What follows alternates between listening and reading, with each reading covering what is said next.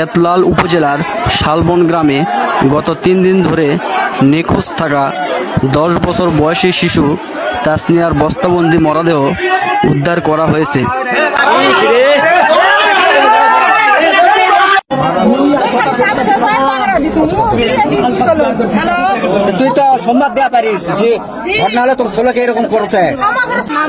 শুক্রবার সন্ধ্যায় একই গ্রামের একরামুল ইসলামের বাড়ির গোয়ালঘর থেকে পুলিশ তার লাশ উদ্ধার করে।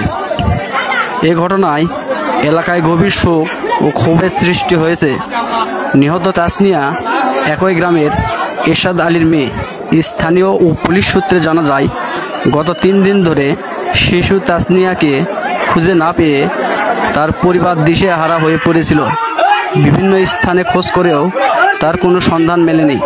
শুক্রবার সন্ধ্যায় গ্রামের বাসিন্দারা একরামুল ইসলামের গোয়ালঘরে তল্লাশি চালাতে গিয়ে একটি বস্তার ভেতরে শিশুটির মরদেহ দেখতে পান। এই মর্মান্তিক দৃশ্য দেখার পর এলাকাবাসী দ্রুত খেতলাল থানায় খবর দেন। খবর পেয়ে পুলিশ দ্রুত ঘটনাস্থলে পৌঁছে মরদেহটি উদ্ধার করে। এ সময় এলাকাবাসীর মধ্যে তীব্র উত্তেজনা ছড়িয়ে পড়ে। তারা এই হত্যাকাণ্ডের সঙ্গে জড়িত সন্দেহে একরামুল ইসলামের বাড়ির এক নারীকে অবরুদ্ধ করে রাখেন। তবে মূল অভিযুক্তরা ঘটনার পর থেকেই পলাতক রয়েছে বলে জানা গেছে। এই নৃশংস হত্যাকাণ্ডের খবর ছড়িয়ে পড়লে পুরো শালবন গ্রামে শোকের ছায়া নেমে আসে। ক্ষুব্ধ এলাকাবাসী দ্রুত ঘাতকের গ্রেপ্তার করে দৃষ্টান্তমূলক শাস্তির দাবি জানিয়েছে। তারা পুলিশের কাছে এই ঘটনার সুষ্ঠু তদন্ত ও বিচার নিশ্চিত করার জন্য জোর দাবি জানান। খেতলাল থানার ভারপ্রাপ্ত কর্মকর্তা ওসি মোহাম্মদ আব্দুল করিম জানান, শিশুটির মরদেহ ময়না তদন্তের জন্য জয়পুরহাট আধুনিক জেলা হাসপাতালের মর্গে পাঠানো হয়েছে।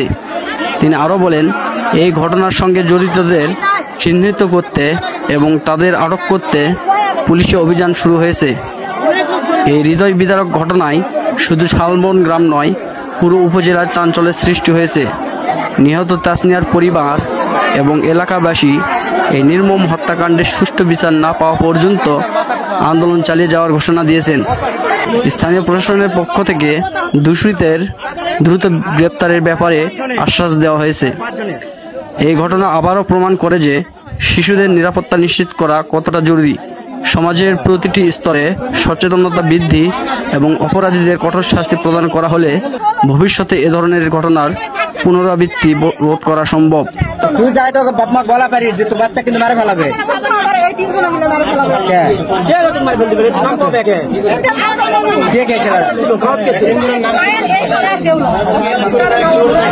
স্বামী একরামুল আর হলো খোকো আর ডাকে। আচ্ছা, কি কারণে ছেলেটাকে মাননি? ওদের শত্রুতা। ওরাই প্রথমে আসে আমাকে ব্যাগে নিয়ে বসে আমার কাছে, আমি কাছে আমি ওই ছেলেকে আনে দিয়ে পারবো না, ওইদিকে যাই না, আমাদের সাথে কথা কত এই কারণে। আচ্ছা, ওকে শত্রুতা তোর কি আছে?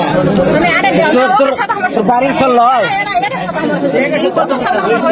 তোর বাড়ির চল লয়, বাড়ির চলটা কিভাবে এটা বাড়ির চলটা আমি আনে দেয়নি। বড় আমি না বলছি এই লোক 20,000 টাকা দিয়ে ঠিক করছে। বড় এই লোক ফের বলছে আমার কথা কি তুই এটা থাক, 20,000 টাকা দিছে। হ্যাঁ, তুষা তো মুখে 10 টাকা হবে না। ওই ঘুরালি যে আগ গেলে ওই ছেলে দেখে আনি। আচ্ছা, ঠিক আছে। আচ্ছা,